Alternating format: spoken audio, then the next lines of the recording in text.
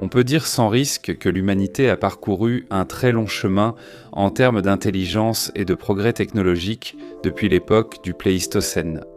Il suffit de se promener dans votre ville pour constater ce changement.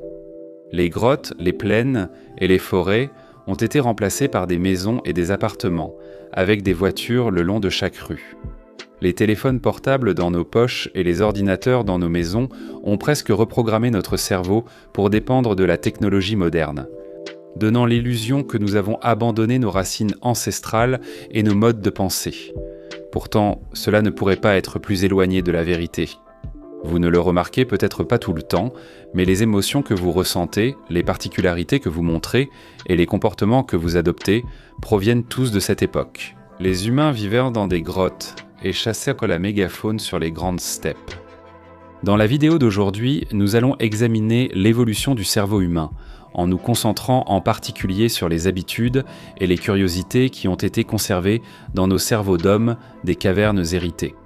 L'étude spécialisée des mentalités et des cerveaux des premiers humains est connue sous le nom de psychologie évolutionniste et se concentre non seulement sur les développements et la pensée moderne, mais aussi sur les évolutions survenues au cours de millions et de millions d'années. La vidéo d'aujourd'hui nous fera traverser non seulement des générations, mais aussi des espèces entières d'humains et de primates, afin d'examiner ce qui rend nos cerveaux similaires à ceux de nos ancêtres. Installez-vous confortablement et détendez-vous pendant que nous remontons le temps pour examiner la véritable nature de notre cerveau d'homme des cavernes. Avant d'examiner ce qui relie nos modes de pensée modernes à ceux des hommes des cavernes, nous devons d'abord comprendre pourquoi nous avons évolué pour devenir aussi intelligents. Au fond, la structure de notre cerveau est très similaire à celle que l'on retrouve chez toutes les espèces de mammifères. Un système limbique complexe composé de structures internes qui nous procurent nos sentiments, nos émotions, nos pensées et nos souvenirs. Entouré d'un cortex cérébral qui nous aide avec nos principaux sens, ainsi qu'avec la parole et la planification à long terme. Évidemment, nous ne voyons pas les mammifères moyens, comme les rats, les chiens et les chats, manifester le même comportement social complexe et les mêmes avancées technologiques que les êtres humains. Mais pourquoi ? En bref, nous n'en sommes pas certains, mais il existe plusieurs théories expliquant pourquoi ce sont les primates qui ont développé ces capacités et non un autre groupe d'animaux. Il est important de noter qu'à l'époque du Pléistocène, à grande échelle, les humains n'étaient pas beaucoup plus avancés mentalement que les autres animaux. Ils partageaient les plaines et les forêts avec les humains.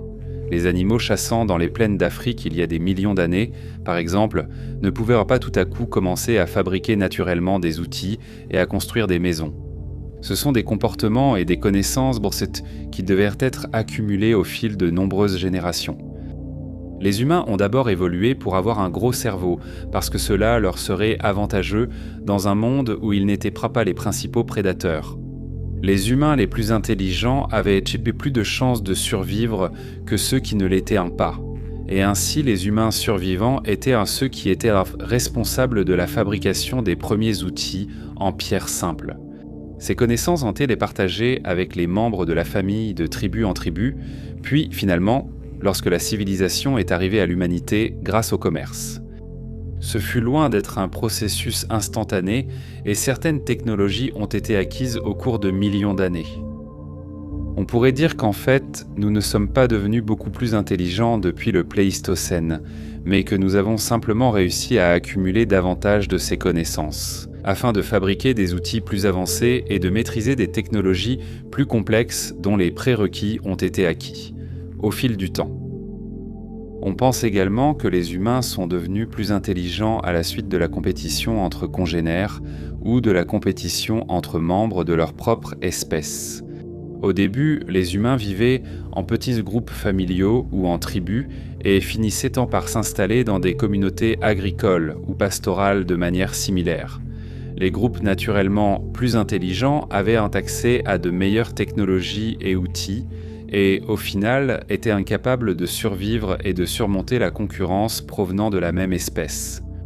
Parce que les humains ne rivalisaient qu'entre membres de leur propre espèce de cette manière et non avec d'autres animaux, cela leur a permis de devenir plus avancés technologiquement que, par exemple, les mammouths ou les tigres à dents de sabre. Il existe aussi un argument qui se concentre sur la façon dont les humains ont précisément commencé à cuire et à manger leur nourriture. À mesure que les humains ont appris à cuire leur nourriture pour la rendre plus savoureuse et éliminer les parasites et les bactéries nocives, nous avons pu en manger davantage, ce qui nous a fourni de l'énergie utile pouvant être utilisée pour d'autres choses. On pense qu'une partie de cette énergie a permis d'augmenter la taille du lobe frontal de notre cerveau, la partie du cerveau responsable de notre façon de penser et de la manière dont nous nous souvenons des choses. Cela, à son tour, aurait permis à ces groupes d'humains de devenir de plus en plus intelligents au fil du temps.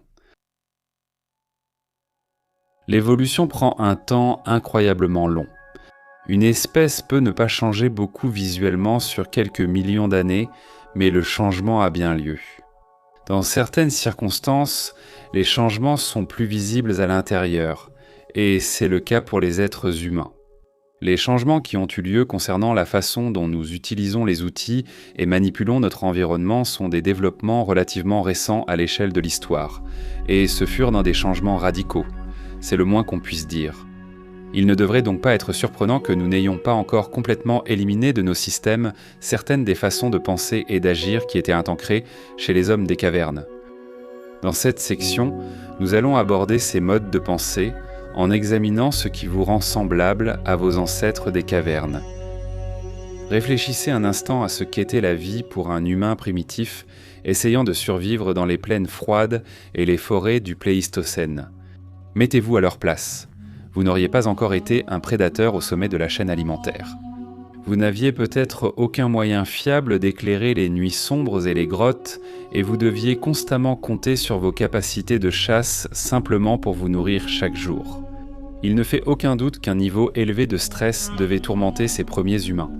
Et ils devaient être dans un état d'alerte constant, prêts à se défendre ou à fuir à tout moment si un lion ou un ours affamé surgissait de l'ombre. Vous connaissez peut-être déjà ce processus dans votre propre vie. On l'appelle communément la réaction de lutte ou de fuite, lorsqu'un homme des cavernes était confronté à une menace.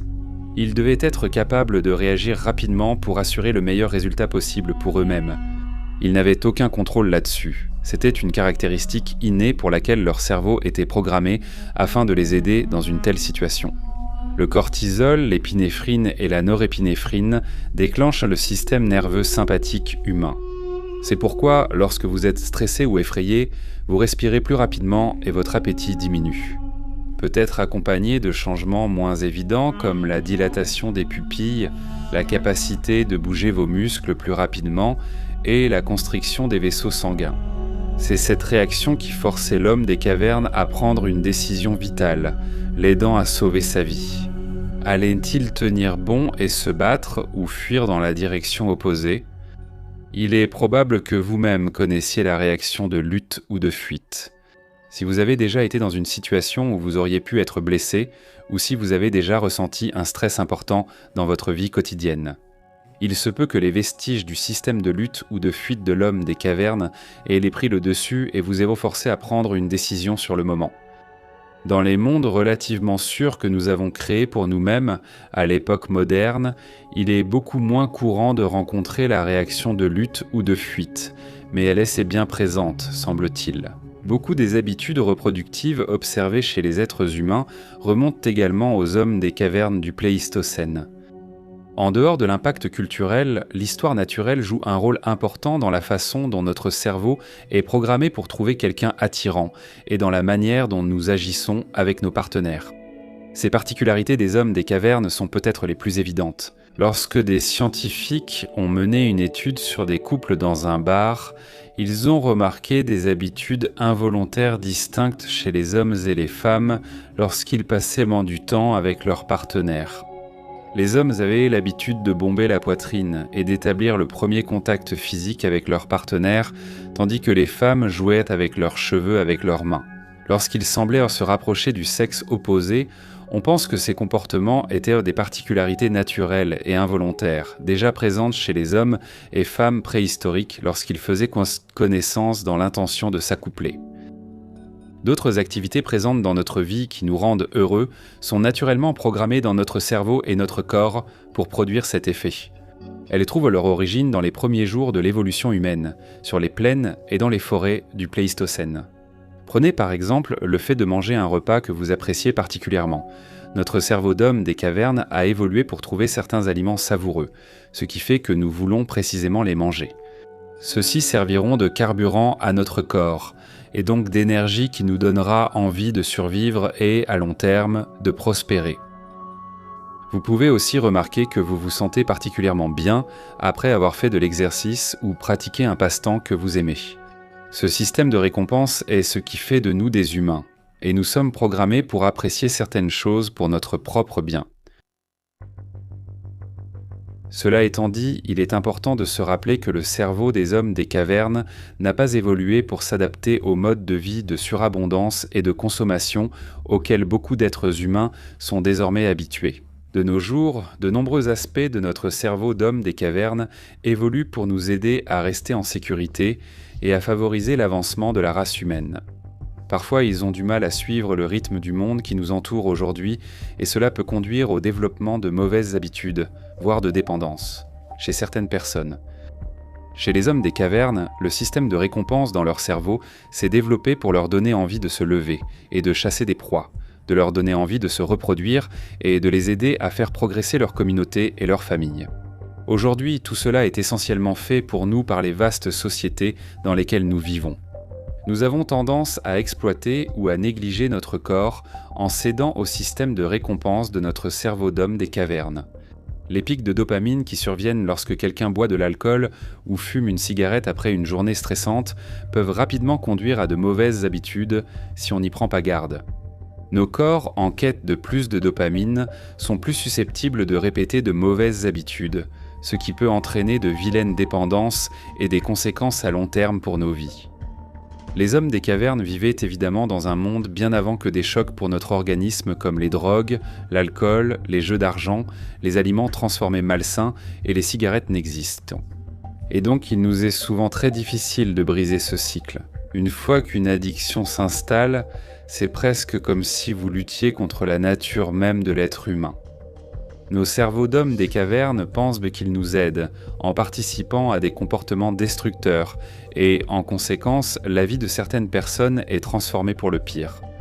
Dans ces circonstances, il devient utile pour les humains de surpasser leur cerveau d'homme des cavernes en adoptant des comportements et des actions différents, et peut-être chercher de l'aide professionnelle si le problème est particulièrement difficile à surmonter.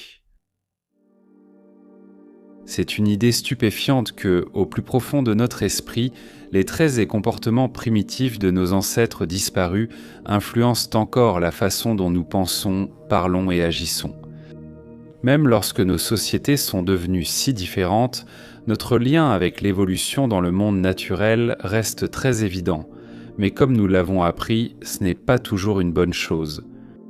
La prochaine fois que vous passez une mauvaise journée, que vous avez peur ou que vous vivez quelque chose de stressant, comprendre pourquoi vous ressentez cela pourrait être la clé de votre persévérance et, en fin de compte, de votre survie.